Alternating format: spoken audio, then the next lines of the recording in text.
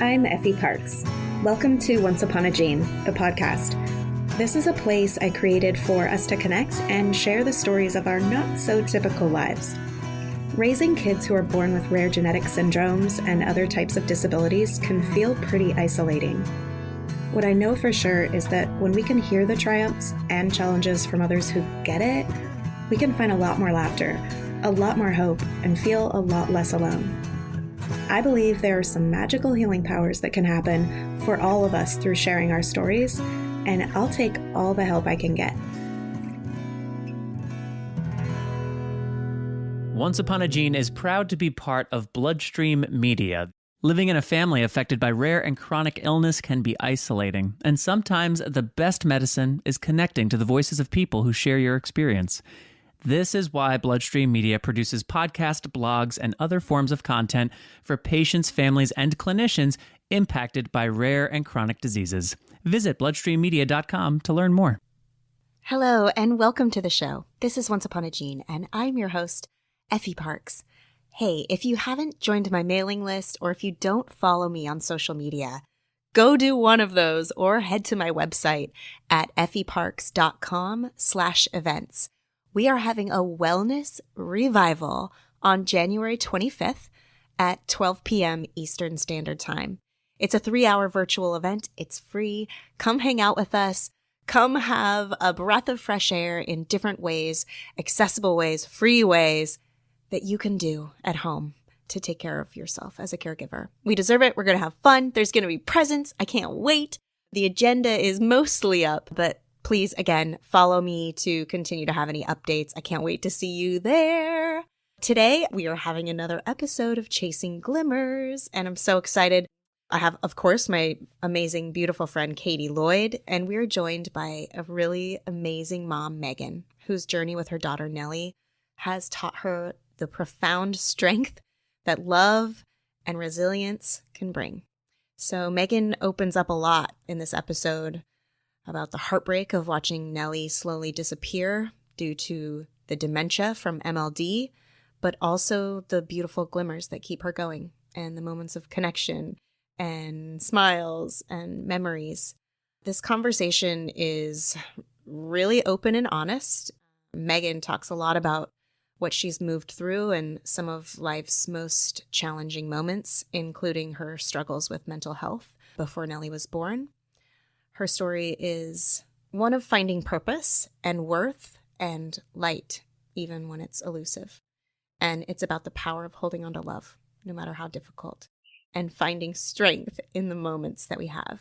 She is such a super awesome, totally relatable and chill mom. I think you're going to love her. I am the only one without a beautiful accent, so you're welcome. You get to hear these beautiful ladies talk, and even if I don't have one, I know that this is going to resonate with everyone all across the world, accent or not.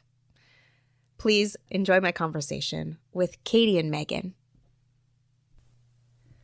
Okay, hello and welcome to the podcast. I'm back with my Chasing Glimmers girlfriend, Katie Lloyd, and we also have a really amazing, shiny guest today. And I'll let Katie introduce her since she was Katie's pick for this special episode.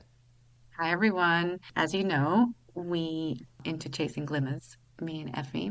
And when we came up with the idea, we both said we wanted to talk to people who are doing great things in the rare disease world and whose lives are touched by disability.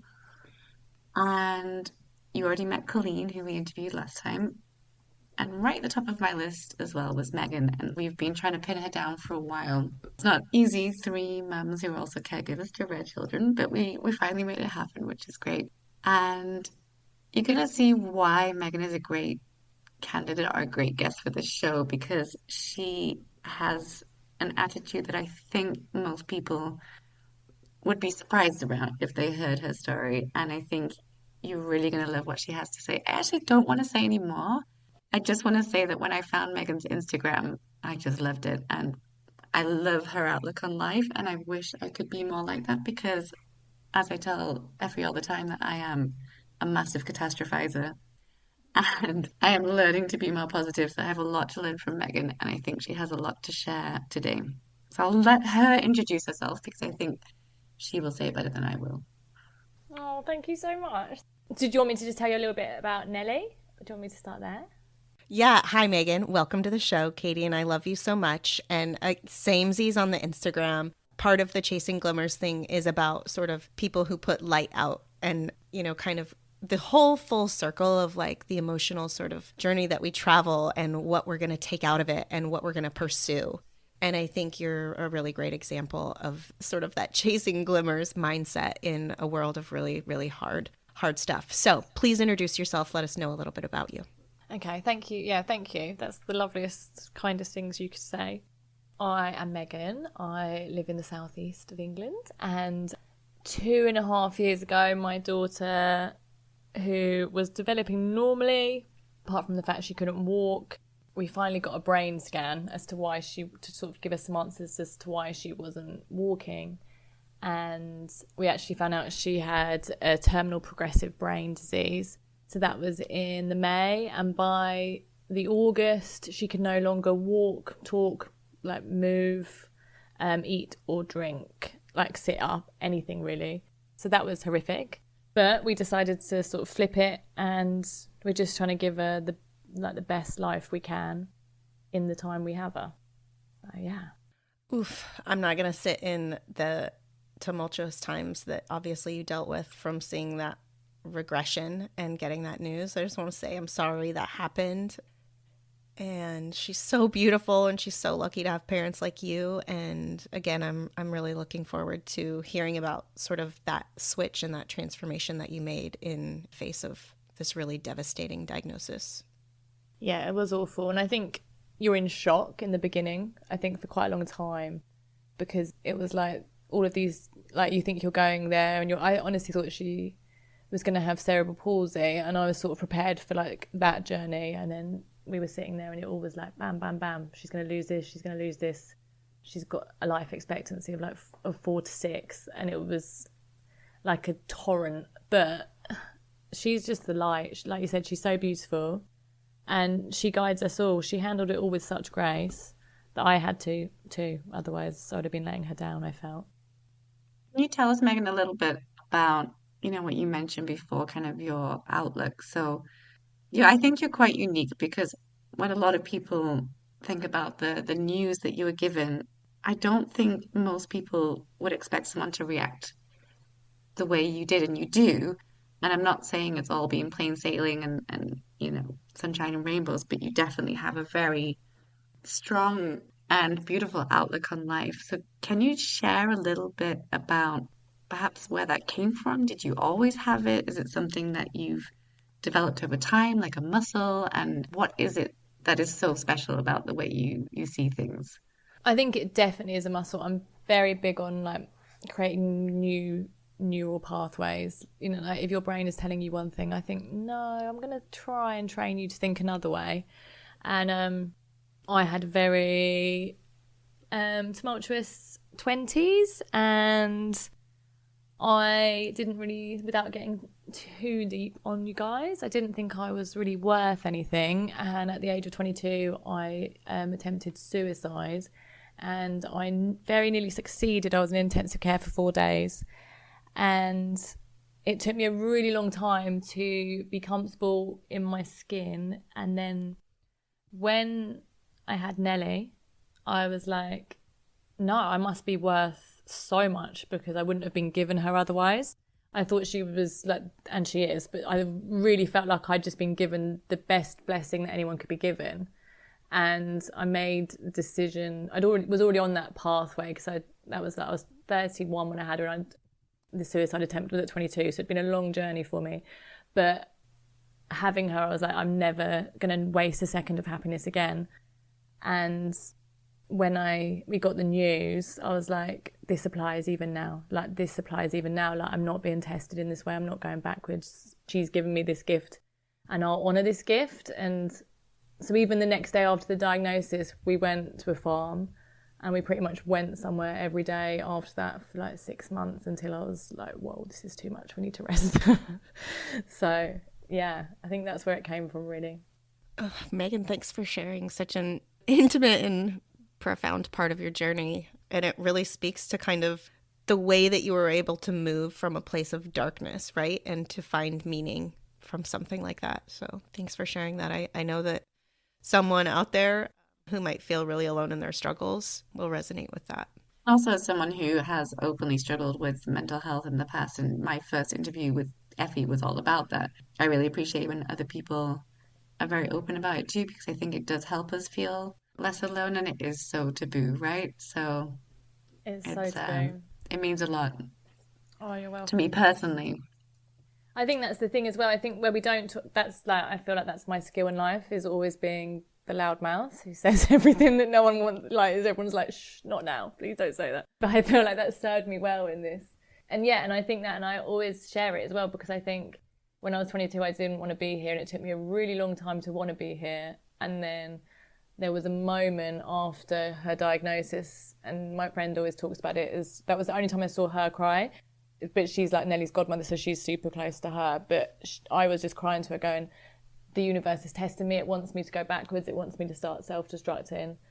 And she was crying. She was like, no, it doesn't. And then I sort of like the rebellious streak struck up in me. And I was like, no, I'm not going that way. And I think it is that, like, when you suffer with your mental health, you have to choose every day to feel differently in a way. And I think it's the kind of the same with what we're going through with Nels. I love that you sort of flipped that rebel script to being a rebel with a cause. I love that so much. And fighting back because of that rebel personality.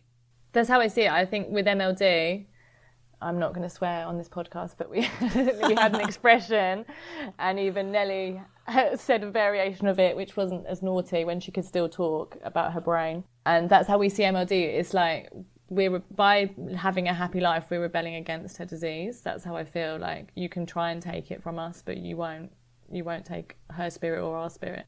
And I think that sort of is where the power comes from, really. Oh my gosh. Well, I think if anyone's allowed to swear, obviously I'm outnumbered by two beautiful British accents. And I think it's okay when y'all swear, because it sounds so pretty still. Maybe not in all parts of England. Megan, I'd love to know, kind of staying on this subject for a minute, about navigating the hardest days, you know, when everything feels particularly heavy, or when you're kind of stuck in something, or the regression is so apparent one day. How do you give yourself grace? And how do you still chase those glimmers of joy? And do you have any kind of like rituals or practices that really help kind of reset you or ground you or something like that? I think it's like a pattern, like I said about the neural pathways. So today I was feeling really griefy. I don't know why. Nell had awful dystonia last night, and I had to use her rescue meds. And I hate doing that, because generally she's not on any medication, and I'm really trying to keep her away from it. And I had to give it to her, and I was cuddling her, and I was telling her stories of how she used to talk to me about her dolls and things, and she was just looking at me, and it just sort of triggered it in me. And today I was feeling it, and I was messaging one of the other mums about it, and I was like, you just have to lean into it, don't you? And I was like, you have to lean into the grief, because I don't think it's not ever going to go. And so I think you just have to make peace with it and let it be a part of who you are. Like, I think it's all about acceptance, like accepting life doesn't look how you expected it to look, and also you're never going to feel how you did before. Like, life's broken, and you have to like remold it into how it looks differently. So I accept it, and then I had a little cry, I let it in, and then I go back out, and like I use nature massively, because I kind of think if you can't see all the beauty around you every day, then you're mad, because the world is presenting it to you. You just have to start looking. And I think that's like a really important pattern. You look for it every day in everything, so that you get those, like you said, those glimmers. You get those little glimmers everywhere, because you're so used to looking for them. I think if you are someone who doesn't look for them, you're not going to see them. But the more you look for them, the more you see them. And also I rely very heavily on exercise. I have to exercise every day, otherwise I feel crazy. Oh my gosh, yes to every one of those. Definitely want to have another talk another time about neural pathways. But yeah, nature, community, letting your emotions in and through you, moving your body, reaching out to people. You said something that Katie said to me earlier this week, which I'm going to bring up and sort of turn a little bit here to you, Katie. You messaged me a few days ago or whatever, I don't know, time. And you said, you know, Effie, I was thinking I'm usually a half glass full person. And when this whole idea of chasing glimmers came up, I was a little skeptical. But now that I'm looking, expand on what you were saying, because you just said something very similar to Megan. I am from a family where, you know, the glass is half empty because the universe hates us. Like this is how I've kind of lived my life, and all the lights are red because I don't know, the universe is broken. So I'm really trying to kind of change this mindset. Yeah, I think it is a practice. And I think it's like Megan says, it's not just, you wake up and you can just do it. I think you really have to work at it. Like the other day I was this is so irrelevant, but at a traffic light at a at a crossing with a train, and then anyway, it took forever to cut a long story short, and I was just getting angrier and angrier. And my friend who I've been, sharing my revelation with, she said to me, Katie, it's because the universe hates you. And I just started laughing and I was like, it's so ridiculous. This mindset is so ridiculous. And I can't live this way because it's just not healthy. And I think all the things Megan's saying, like go outside and exercise. And yes, community, I want to circle back to that. They just kind of get you out of this loop that it's so easy to be in, right? And it's comfortable until it's kind of drowning you. So I am renouncing my catastrophizing ways and trying to move forwards in a more positive way. But it's not easy, it doesn't come naturally to me. And I think, Megan, you're saying it doesn't necessarily come naturally to you either, but you're working at it. And I think that's really valuable to share with everybody. Yeah. It definitely works. It just takes, like I said, it's like a decade-long practice for me. Where I was just like, I have to start noticing all these things. But now I do. Like, even in my worst days, I'll go outside and I'll be like, oh, look at that. I can't help it now. Like, I just feel it. And then I think it takes you from, like when you sit and you write, oh, I was grateful today for this. I was grateful for that. You don't need to sit and reflect on what you're grateful for anymore because you just feel it in the moment. You're so in the moment. You're like, this is beautiful, rather than thinking later on, oh, what was nice today? Like, you don't need to do that anymore. It's you feel that in the moment of it happening. But it takes, years of practice. I love that. Yeah, it's simple, but it's not easy. Yeah, just like repetitive. Okay, you guys can interview me in 10 years and see if I've improved. I think you both said so many important things, and I hope people can rewind and listen to it because it serves all aspects too, right, of what we're doing. And you can be in the wrong communities too, or you could outgrow your community.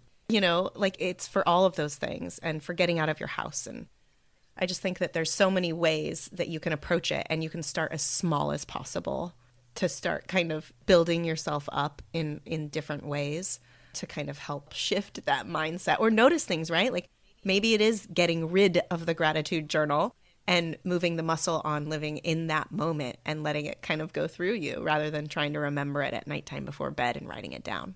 Yeah, I think so. And I think that's why Megan's Instagram is just so important, because I know for me personally, if I'm sitting at that traffic light waiting for the train, feeling myself catastrophizing, and I see her, her sharing beautiful flowers and saying I'm having a great day, when I know that things behind the scenes are maybe not, hunky-dory all the time, but she's choosing to focus on the beautiful things, it does kind of snap you out of this red light because the universe hates me. And the message is really important. And I think you're doing really great things, Megan. And I'm definitely coming out of this with your help. Oh, I love so that. I really appreciate that. The universe does not hate you, by the way. Yeah, so we'll have Megan's Instagram linked. It's Megan_Mama_Sunshine. So I'll have it linked so you can go look at it. But one of my favorite things about your Instagram, yes, is of course your beautiful outlook and your bright, shiny perspective and your gorgeous children and how you educate people.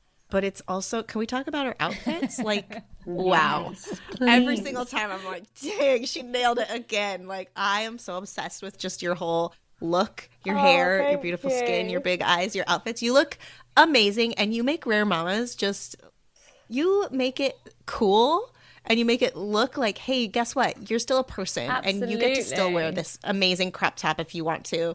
And you get to go and have this amazing pair of boots on when you're going and doing this hard thing. Like, you just make us look good. Thank you, Megan. I just think you have to just make life fun, don't you? Like, that's the thing, all part of it as well is like, it's your life. I just think you have to make it fun. And I think sometimes maybe I go a bit far, but yeah, I like to try. Thank you. Sometimes I wonder if people think these things are trivial, I don't know, having your hair done or your nails or clothes. But I think when it is so easy to slide back into kind of dark habits or a dark place, these are the things that keep you kind of anchored. And they're not actually trivial at all. They're potentially life-saving when you are going through a really tough time. Yeah, and they're for you, aren't they? And that's what I think, especially like when like you are a mum of a child who has a rare disease, like you have to be like put yourself first without things feeling selfish. And I feel like that's sometimes I think people must think, wow, like she's doing all these things for herself. But I think if you don't do all of those things for yourself, then you aren't going to be there for your children in the best way you can. And even if it is just getting your nails done, if it makes you feel better about yourself, then you should absolutely do it. I think anything you can do that boosts your own morale, then absolutely do. Because again, that's the same as like looking for the glimmers, but you're just giving yourself those glimmers. Mm-hmm. Facts all day. Or we could talk about that for like 100 absolutely. years. But I'm so passionate about that topic of the caregiver remembering who they are, right? And putting little things together that are a part of you that maybe you'll notice when you walk across the room and you see yourself in the mirror on a day that you haven't slept for a week because of your child's dystonia, but you'll see like that one sparkle that you leave for yourself, whether it's your bracelet or your lipstick or that pink nightgown that you have, like whatever it is for you. Like I think it's so important if you can even just catch a whisper of it in the worst day. Absolutely. So yesterday I made a post that has been getting wild engagement through sharing, and it was about grief and joy. So Megan, I know that Nellie has a little brother. Yeah, Ozzy. And I wonder if you can maybe speak on the balance of grief and joy of being a mother to two kids, and maybe what advice you have for other families who are struggling to sort of hold both of these feelings at the same time. This is quite a wild one, really, because I got pregnant with Ozzy 2 months after Nellie's diagnosis, and I think a lot of people wouldn't have done that, but that's my rebellious, impulsive nature. I just was like, I need to be pregnant now. I didn't even really know anything about the fact that obviously it's a genetic condition. So I didn't grieve, basically. We found out and then I got pregnant, and then I was like, well, I can't grieve what's happening to her because I've got this little life inside of me that I have to protect. So I felt like really unable to grieve. And then, this is just a side note to what you said, but then I had him and I grieved so hard. I remember sitting there with this newborn just crying for the fact that he didn't have it and she did.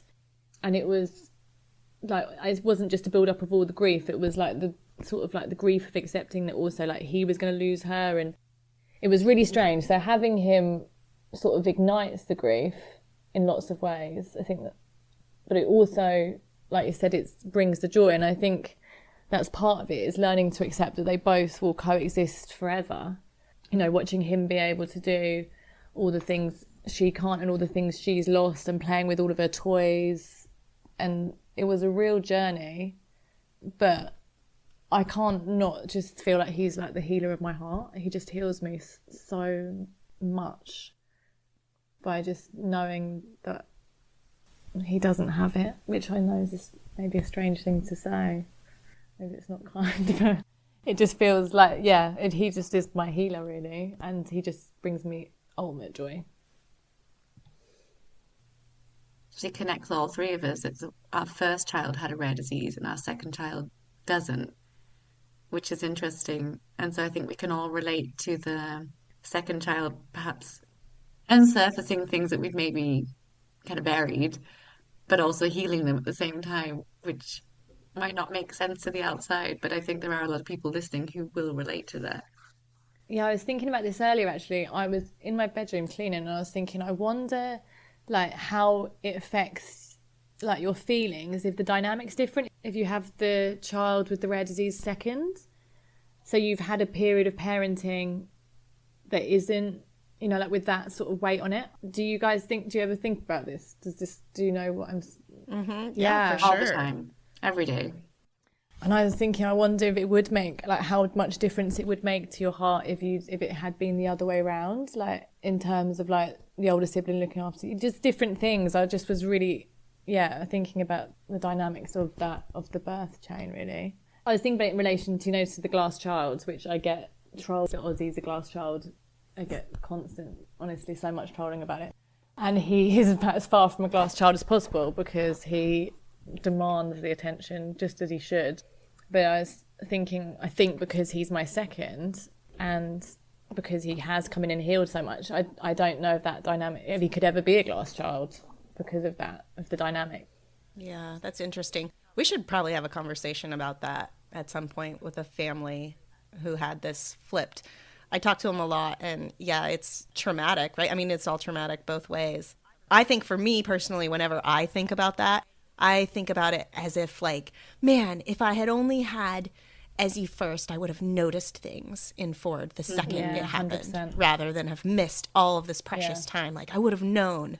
I would have been able to like advocate better because I had this experience. And like, that's the only thing that I see, right? But I obviously hear stories from families who have had this flipped, and it's of course devastating either way. But yeah, it's another piece of this that can be extremely difficult, or that is extremely difficult. And I also just think you don't have that period of parenting, you know, like that grace period where you can just, I know I got like, because we thought something was wrong with Nellie from very early on. My mum was the one who kept saying there's something wrong, and if they diagnosed her when we first started trying to get her diagnosed, they would have cured her and this wouldn't be happening. I always think the same as that. I think I would have just had a longer period of just like happiness. I don't know, do you know what I mean? Like undiluted, you know, like without the pain of having to be like, okay, I have to accept this is part of parenting. Just to have got parenting without that weight on it. Not that she's not a miracle and, you know, like everything beautiful and I'm so glad. But just that not having to parent with the pain on top, if that makes sense. It's definitely a juxtaposition, I think, whether we like it or not. Megan, I have a question for you. You've kind of alluded to your children's personalities, but can you tell us a bit more about them? And, you know, a lot of our therapists focus on what our kids can't do, but can you tell us about, you know, what they can do and who they are as little people? Yeah, so Nels, before the MLD gave her the brain damage, she was extremely chilled out. She could sit and watch a film from 12 months old happily. And I know this now because Ozzy can't stay still for more than 2 minutes. So the difference, and she would just be so fearless in everything. And she still is both those things. So she's still so chilled out. She's never had to go on medication to calm her, where a lot of children with MLD have to go on that because obviously when they're losing everything, they know what's happening. They don't understand why they suddenly can't move or talk or eat or drink or do any of these things. But she's never had to because she's just so accepting of life and just so joyful. That's why it's so easy for me. Whereas Ozzy is just like this whirlwind of energy. And he just detests me in a way she never did. But in the most beautiful way, I love it. But yeah, they're very, very, very different. Megan, I wonder if you could talk about documenting. Again, we're all obsessed with your Instagram because of your beautiful posts, but everything that you write on it too. And then just how much you post, which I am so jealous of. I wish I could figure out how to like batch stuff like you do. But you describe everything so beautifully, and I wonder if you have any advice for families on, one, how to document their memories in a way that feels meaningful and not overwhelming if they want to do this, and also what has it done for you personally to be sharing your story on Instagram in the way that you do? Yeah, so I love creating. I did journalism at university. My Instagram, if you scroll back all the way to 2013, is just me like traveling and things. I always worry that someone's going to go all the way back and see all the old photos. But it just started because we got a big GoFundMe when we got her diagnosis, and then I sort of started posting to show where the money was going. And then I just really loved making the videos. I love, like I said, I need to be creating. And I had a little craft shop on Etsy before her diagnosis, and I had to give that up because I just physically couldn't do it anymore. So that's what it's become my creative outlet, and I love to write, so it's become that for me. And I just think that documenting it all it sort of reassures me of what we're doing. So if I'm thinking, oh, we haven't done enough for her, I hope, like, is she happy? Are we like making her days like filled? I can just go on my Instagram and I can be like, yes, I can see this, we did this. So I think even if you aren't doing it for you, like, you know, like for social media, just keep it for your, like, photo everything. Like every time she smiles, I try and take a picture of it because I don't know when her last smile will come. Like genuinely, one day she will just not smile anymore, and that will be nearing the end of her life. And So I want to have recorded everything, and I have like 20,000 photos on my phone, and that's probably excessive, but to me it means something. I don't think that's excessive. Well, I know that your Instagram is a lifeline to someone, to many, to thousands. And I know from experience how important that is. As someone who had to take and take and take in those beginning days when they were so hard. And I was so grateful for people like you who made content in a book or a blog or a podcast or I found online. So it's super important what you're doing. And I love that it's both for you and for other people. Megan, thank you for being someone who casts a line out there to be a support to someone, even if you don't know that they're grabbing a hold of that, because it's helping so many people. Thank you. I spent a lot of time on my DMs talking to people at the beginning of this, and that means a lot to me. That feels like my purpose. So I appreciate that very much. I think all three of us are people who, in the early days, reached out to people online, and that just shows the importance of having a community because we are so restricted. You know, we're not going to bump into someone in the street whose child has our rare disease. It's highly unlikely.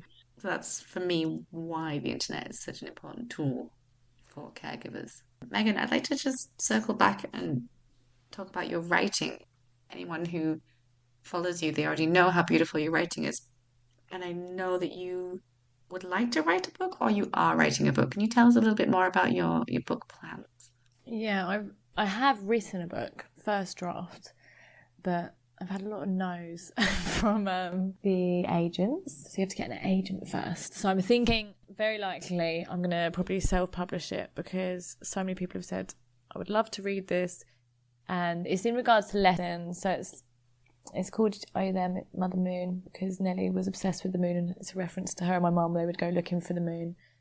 And I feel like the moon's full of lots of wisdom. So the idea is that it just is all the lessons I've learned along the way, like in motherhood, relationships, you know, like how testing all of these things are in myself, like in friendships. Obviously your friendship change, you lose lots of friends, you gain lots of friends, exactly like what you just said about the community. And it's just all of the different things that I wish I'd known in the beginning. And mainly that in the beginning when I thought I would never smile or laugh again and life was over, and just trying to show someone that that is not the case. You will find yourself again, and it's kind of like my Instagram, but much bigger and much deeper and much less limited to captions. So I would really love to publish it. Well, I would love to read that. Oh, thank you. I can't wait to read that book. Yes. Oh my gosh. I didn't even know that was happening until Katie mentioned it. That's so cool. I can't wait to read your book someday. That's such an important message that like is literally a part of every cell in my body, and I can't wait to read it. Yeah. I don't know if the same as you guys, but like if something's going on in my life, I instantly like will Google to try and find a book on it. And there was everything about like your child dying, but I couldn't find anything about anticipatory grief for your child and losing all these things. And I just wanted to find something. So someone Googled it when they first got a diagnosis and realised that life is not over. So I hope it's helpful. I love that you saw a gap in the market and just filled it yourself. And I mean, that just shows how great women are. And we just get stuff done, right? I have everything crossed that dream is fulfilled in the near future and that we can all enjoy your words in physical form. It'll happen. Well, Megan, thanks for being our guest today. Thank you. And thank you for spreading all of the love and joy and honesty and looking so good doing it online. And I'm thankful that you're here, and I'm so happy that you got to be on the show today with us. I guess I would just say make sure you tell everyone where they can find you, and if you want to leave anyone with one lasting thought that's kind of been burning in you lately that might be helpful, that'd be great. Okay, so I think mums, parents, we get to be happy. I think one thing that we don't like to think in this is we also have a life, and we might only get one life. So we have to find a way to enjoy it. And I think a massive part of that is making our children happy, but you're also allowed to do things for yourself and to make yourself happy, because your life is just as valid and just as important, and you shouldn't feel guilty in doing that. You're honouring your child by giving them the best version of yourself. And I just think it's something we don't gift ourselves enough. Yes. I'm just letting that sink in. I think those words are going to follow me around for the next few days because I think we all need to hear that. And I think that's just a really beautiful way to finish. So thank you, Megan. Thank you for being our guest and sharing your wisdom with us all. Thank you, guys. You were both so beautiful to talk to. I appreciate this so much. Thank you. I hope you've been enjoying this podcast. If you like what you hear, please share this show with your people, and please make sure to rate and review it on iTunes or wherever you get your podcasts. You can also head over to Instagram, Facebook, and Twitter to connect with me and stay updated on the show. If you're interested in sharing your story, or if you have anything you would like to contribute, please submit it to my website at effieparks.com. Thank you so much for listening to the show and for supporting me along the way. I appreciate y'all so much. I don't know what kind of day you're having, but if you need a little pick-me-up, Ford's got you.